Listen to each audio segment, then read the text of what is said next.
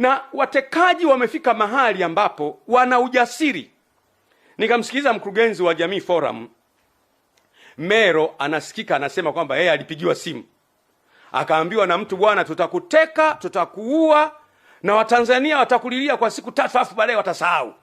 Yaani mtekaji ana ujasiri wa kukupigia simu na kukwambia, bwana, tutakuchukua alafu Watanzania watalia siku 3 watakusahau. Anakupigia simu.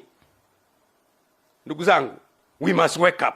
Huu utekaji tunauresist kwa nguvu zote. Mimi binafsi nauresist leo, kesho, wiki ijayo. No, it can't happen in our country. Jambo hili lazima likataliwe. Hatukuliona kule nyuma. Hii ni dharau iliyopindukia kwa mtekaji kukupigia simu na kukutisha. Leo watu wengi wamekimbia nchi. Mwanamapinduzi ya askofu wetu hayupo, wamekimbia. Sikiza nikwambie, kina Mwakipesile wamekimbia, wengi wamekimbia, wako nje. Wengine siwezi kuwataja kwa sababu ya hadhi zao. Maaskofu wa madhehebu makubwa kabisa wamekimbia nchi kwa sababu tu ya kusema sema. Sikiza niwaambie, at least mimi ni kiongozi wa taasisi. Unapokuwa kiongozi, watu wote hawawezi kukubaliana na wewe. Hata kwenye taasisi zetu za kimungu kabisa, ni kanisani au ni msikitini, si watu wote watakubaliana na wewe, na pamoja na kwamba ni waumini wako, wakukusema sema wapo. Wengine watakusema kwa sababu za uongo, zitakuuma.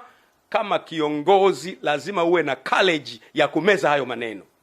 Ukiwaua wote utamtawala nani? Ukiwateka wote utamtawala nani? Itakuwaje baada ya hapo?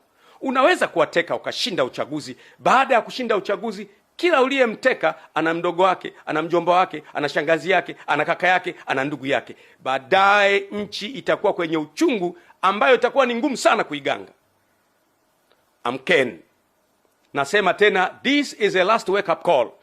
Hii ni kengele ya mwisho ya kuamsha kwamba amkeni, tutapoteza nchi. Kataa utekaji, disappearance of persons.